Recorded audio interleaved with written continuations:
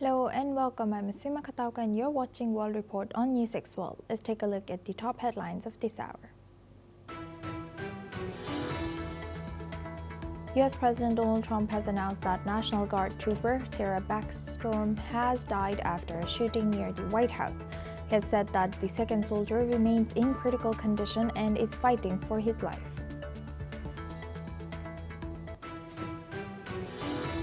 US President Donald Trump has announced a sweeping set of immigration proposals. He vows to permanently pause migration from all third world countries and launch what he described as reverse migration to restore order in the United States. President Trump has stated that the United States will soon begin action on land to stop suspected Venezuelan drug traffickers. They will soon expand operations beyond maritime strikes amid rising tensions and increased U.S. military deployments in the region. Ukrainian President Volodymyr Zelensky has stated that Kyiv holds daily consultations with international partners to counter Russia's war. He has added that Ukrainian and U.S. delegations will meet again to advance frameworks for peace and security guarantees.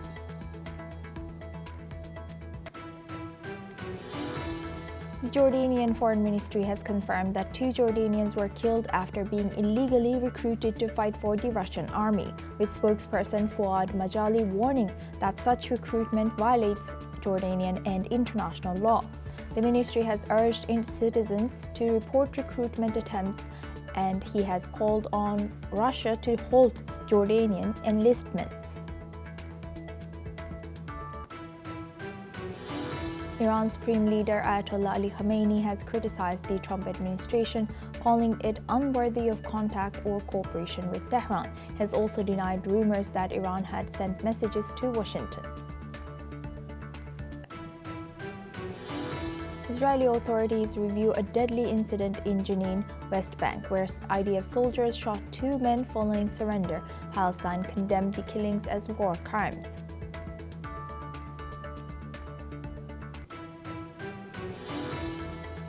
Hong Kong authorities report 79 people injured, including 12 firefighters, one seriously in a high-rise apartment complex fire in Tai Po. Rescue efforts are complete, but around 200 residents remain unaccounted for.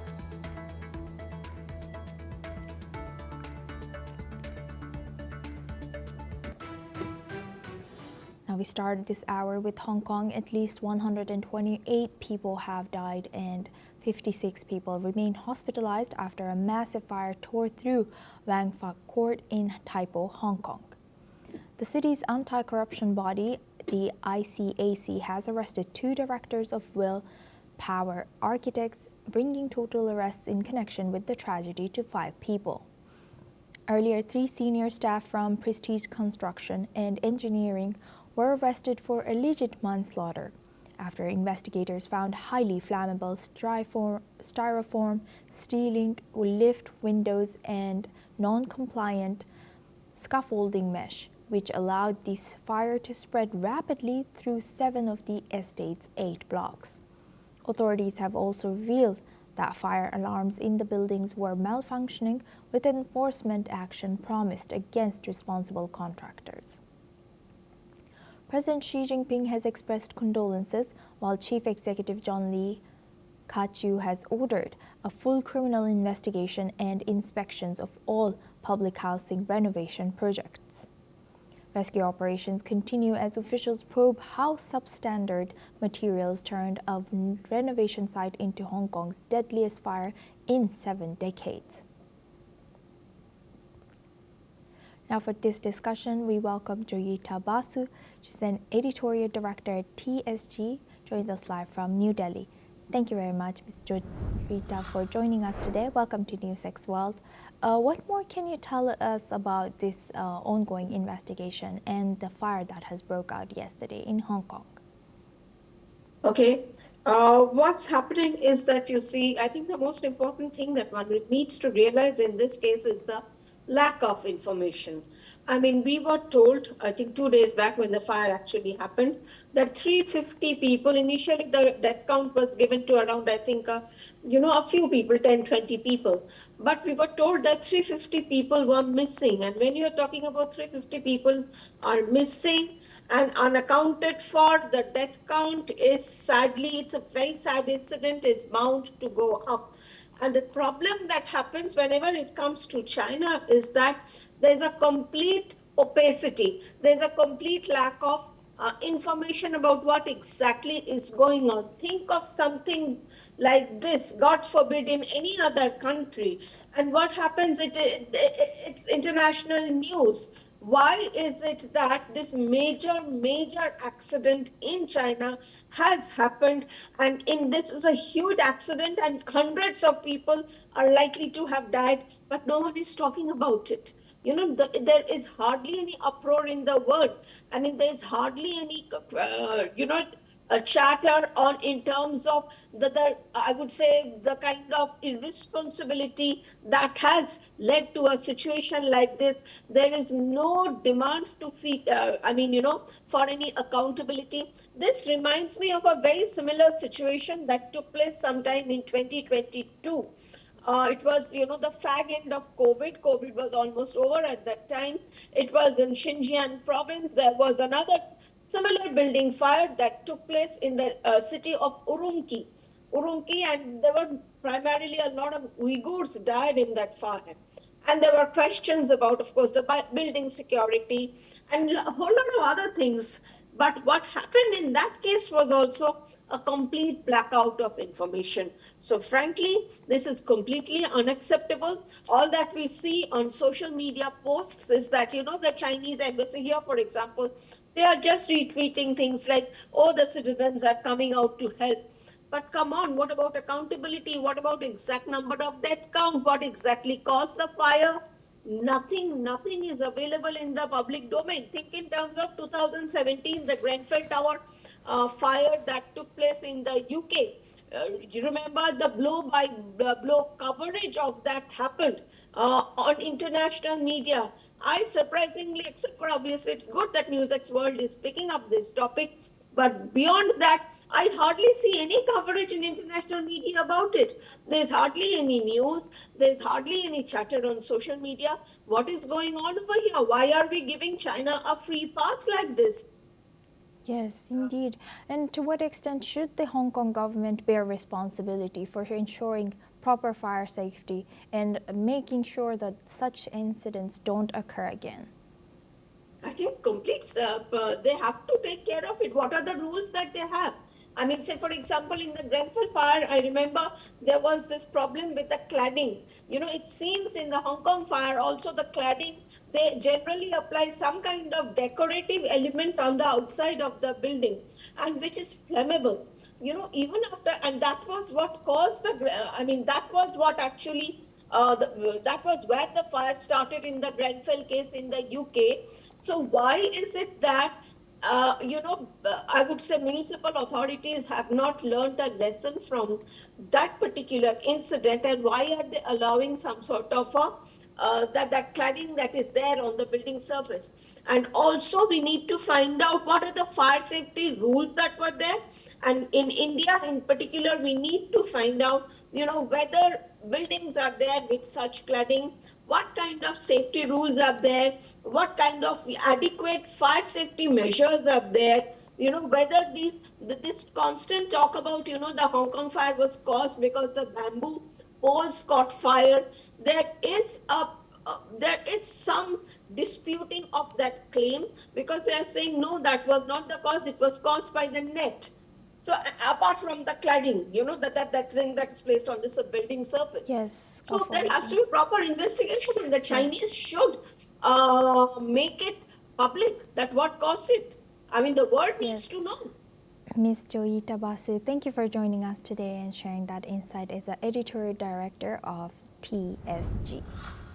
Now we move on to our next news. Anti-corruption investigators have carried out searches at the apartment of Andriy Yermak, The Chief of Staff to President Volodymyr Zelensky, the National Anti-Corruption Bureau, and the Specialized Anti-Corruption Prosecutor's Office have confirmed the operation, saying that the searches were sanctioned and linked to an ongoing investigation. Authorities have not disclosed what the inquiry specifically concerns. The raid comes amid a major scandal in Ukraine's energy sector, where investigators recently uncovered a $100 million kickback scheme. The revelation has sparked public anger as the country continues to suffer from Russian attacks on its power grid. Yermak has considered Zelensky's most influential ally and said that he is fully cooperating, adding that investigators are facing no obstacles and have been given complete access to his apartment. Yermak has also been leading negotiations with the United States on revising President Donald Trump's 28-point proposal to end the war. Now for this discussion, we welcome Mohammad Osman. He's an international relations expert, joins us live from Cairo. Thank you very much, Mohammad, for joining us again. Good to see you. Thank you for having me, Asuma. Thank you. Now, looking at this, how could this latest corruption allegations, noting that this is not the first such scandal that's come out from Zelensky's government involving top officials, how is this all impacting Ukraine's credibility in negotiations with international partners, particularly as it seeks Trump's support for revising 28-point peace proposal? Of course, Suma, the latest corruption scandal in Ukraine is nothing short of a political earthquake inside Ukraine that also has its ramifications even on the war with Russia and the peace negotiations as well, because this scandal has severely weakened President Zelensky's position, because many members of his inner circle has been implicated in this scandal. It involves getting kickbacks and bribes from energy contractors who are carrying out works or contracts with regards to Ukraine's official energy companies, including the nuclear energy company. It is believed that many of those senior officials, including the Minister of Justice and the Minister of Energy, if I'm not mistaken, and also Andriy Yermak, the Chief of Staff of President Zelensky, even though he has not been officially charged yet he is implicated legally in the case and he's being investigated by the anti-corruption authority, NABU. And for further context, Asuma, this independent anti-corruption authority in Ukraine was actually subjected a few months ago on the behest of Yermak himself to an onslaught. There was a motion in parliament to limit the powers of this independent authority.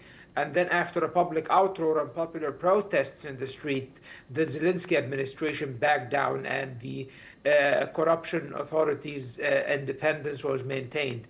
Now with this scandal coming into light, we know why President Zelensky's government was trying to curb the functions and the authority and the powers of this anti-corruption entity, basically, because it revealed that there are forms of systemic corruptions within the Zelensky administration that will basically hamper their credibility before the public and even before their international donors, the Americans and the Europeans, because as you well know, Asuma, part of the huge sums of foreign economic aid, which is estimated in the tens of billions that came into Ukraine, a huge portion of it was to rehabilitate and rebuild parts of Ukraine energy infrastructure, which was and still is being destroyed by Russian strikes. So part of this money was actually stolen by senior Ukrainian officials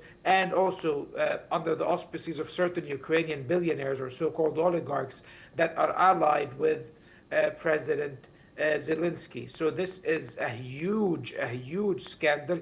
Andriy Yermak is Zelensky's chief of staff.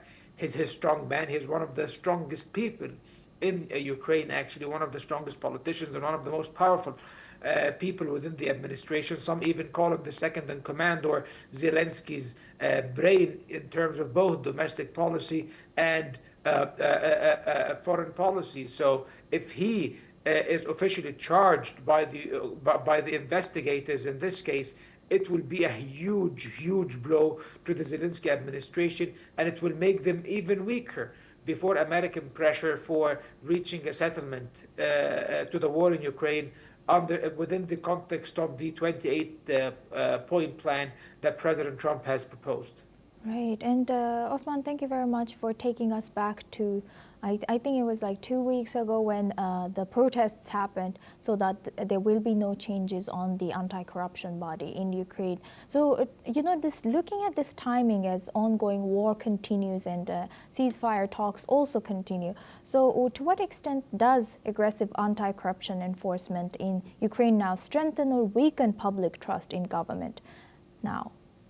Of course, it's weakening public trust, because people have trust in the anti-corruption authority or body, but they do not have that much faith anymore in the Zelensky administration, especially with the implication of Yermak now, which is a watershed moment, because many Ukrainian officials over the years and even after the war were implicated in corruption scandals, and it was okay. But if it's Zelensky's right-hand man, then why not Zelensky himself even?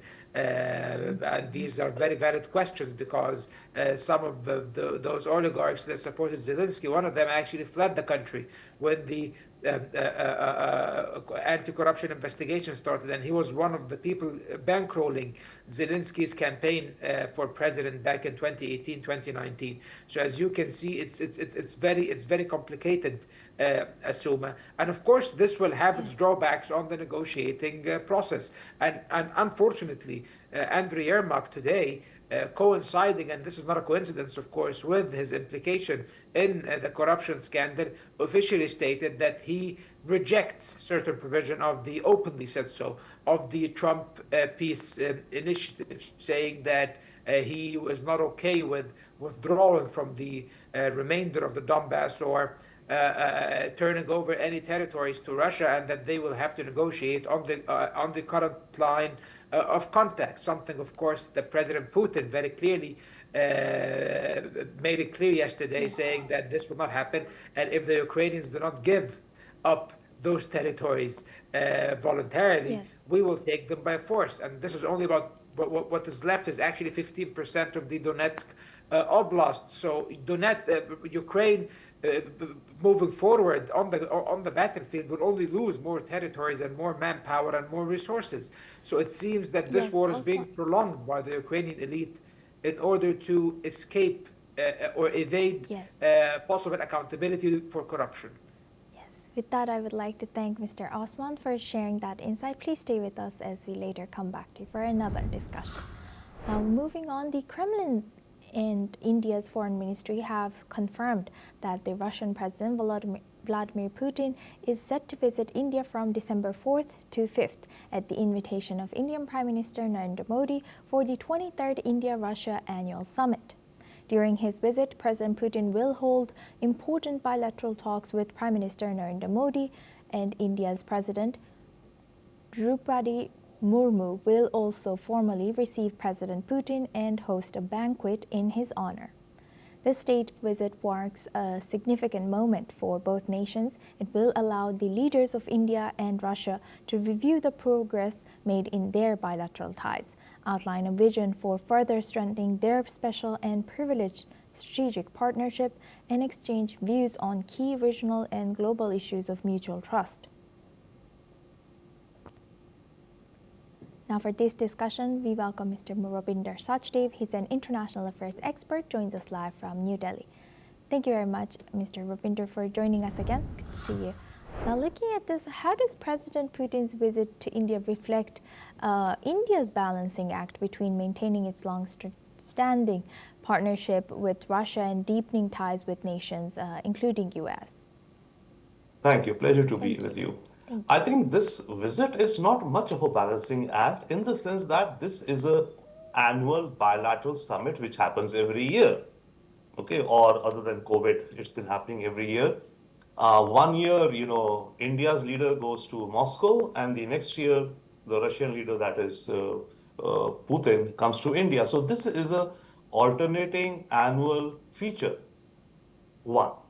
Secondly, but yes, the fact that it is happening in this time, in the winter of 2025, and in the background of the Russia-Ukraine war, and in background of Trump presidency, it definitely, and the multiple, aspects to it with regards to India's relations with Russia are continuing to buy Russian oil despite the tariffs, but now India is reducing the purchase of oils.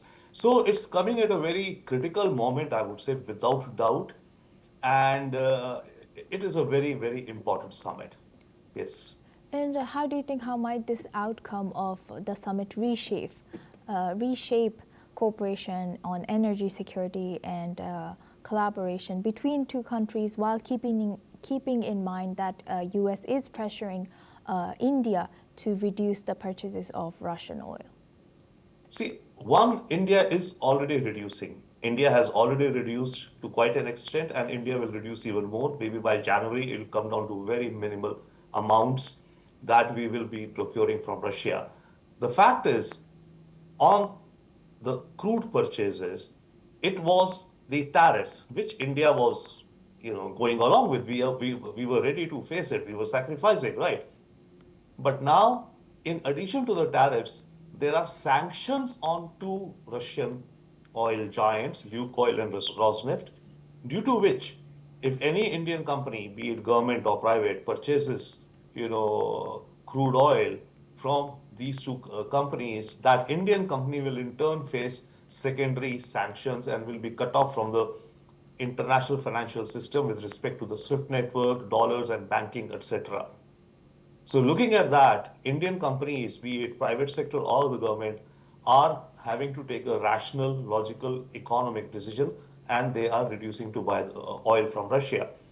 Now, that is something which obviously I think Putin and Russia very well understand, that why is India now reducing the procurement of crude oil? They also, as a good friend, do not want India to get hurt, right? Now, so that aside, what Yes. this meeting will generate and create, I think, is an urgency of rapidly spreading and deepening, widening of India-Russia relations. There are many other spheres other than only crude oil in which Russia and India are already collaborating, but a lot more has to be done. Okay, for example, in defense, yes, we are going in perhaps for S-400 air defense systems. We are going to be having further talks, exploration right now, maybe regarding the Sukhoi 57 fighter jet multi-role aircrafts.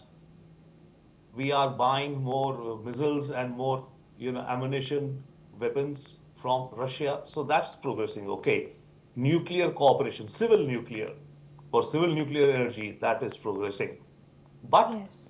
our bilateral relations have to go much wider. Traditionally, it has been, government to government business between Russia and India.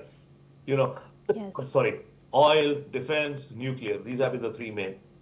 So India needs to widen and Russia needs to widen our engagements for two reasons. One, the longer this war goes on, or the less Russia-India relations are stronger, the more Russia will have to be leaning on China. And Russia itself does not want to be leaning on China over much. However, at this point of time, definitely yes, they do have, very deep trade, economic, technology partnerships with China. But at the same time, Russia wants another big player also to be its partner, which is India. Similarly, for us, we want to be deeper and wider with Yes. Russia for our bilateral relations, Yes. as well as looking at China in the background. We don't want Russia going too close to China. Mr. Ravinder Sachdev, with that, I would like to thank you for joining us today and sharing that insight. Unfortunately, we're running out of time for that discussion, but now we move on to Middle East again. Israeli forces have carried out their deadliest operation in southern Syria since Bashar al-Assad's fall nearly a year ago, killing 13 people, including women and children. The Israeli military says the raid targeted terrorists from Lebanon's Jamaat Islamiyah group in the village of Beit Jenin. 6 Israeli soldiers were wounded, 3 seriously wounded, during an exchange of fire as troops attempted to detain suspected fighters. Syria responded to the strikes, have called on the operation a war crime, and Syrian Foreign Ministry in a statement has stated that such acts aim to ignite the region in conflict. Meanwhile, on the ground, residents have described walking at dawn to gunfire and later heavy shelling from Israeli artillery and drones. Dozens of families fled the village as several people remain trapped under the rubble. A local official says Israeli forces tried to capture 3 men, sparking hours of clashes. Israel has launched hundreds of strikes in Syria since Islamist factions took control after Assad's fall in December. Tensions remain high as both nations continue talks pushed by Washington, though Syria insists it will not be joining the Abraham Accords. Now for this discussion, we welcome back Mohammed Osman. He's an international relations expert, joins us live from Cairo. Thank you very much, Mr. Mohammed, for staying with us.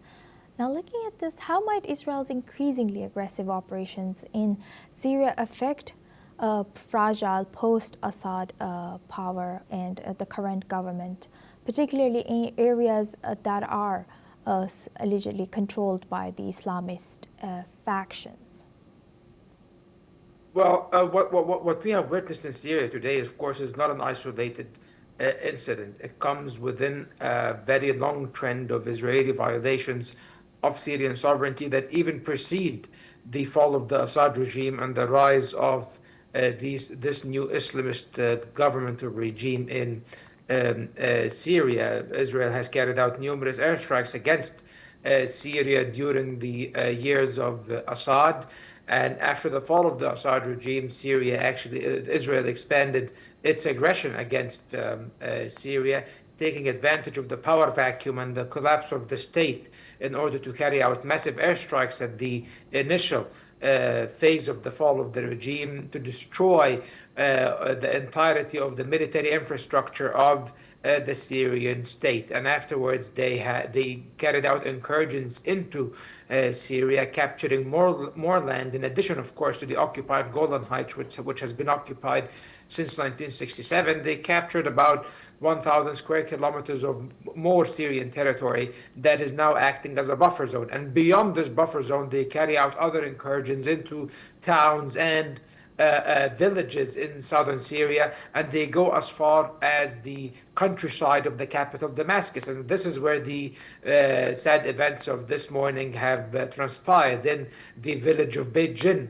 in the Damascus countryside. However, this time, the people just grew tired of Israel's incessant violations, because they always enter into these villages, raid them, and arrest people. This time, the people in the village decided to resist the Israeli onslaught, and they actually carried out an ambush, destroying one of Israel's military armored vehicles and injuring about 6 Israeli officers and soldiers. Of course, Israel answered or responded with brute force. They carried out massive airstrikes against the village. They killed about 15 civilians. Tens of houses or scores of houses were destroyed, and numerous people were arrested as well during the Israeli raids. And now people are fleeing Mr. Mohammed, the village. Mr. Mohammed, yes, unfortunately we're running out of time for this discussion, but thank you very much for joining us today. That was Mohammed Osman. He's an international relations expert, joined us live from Cairo. That's all we have time for. Keep watching NewsX World for more news updates from around the world.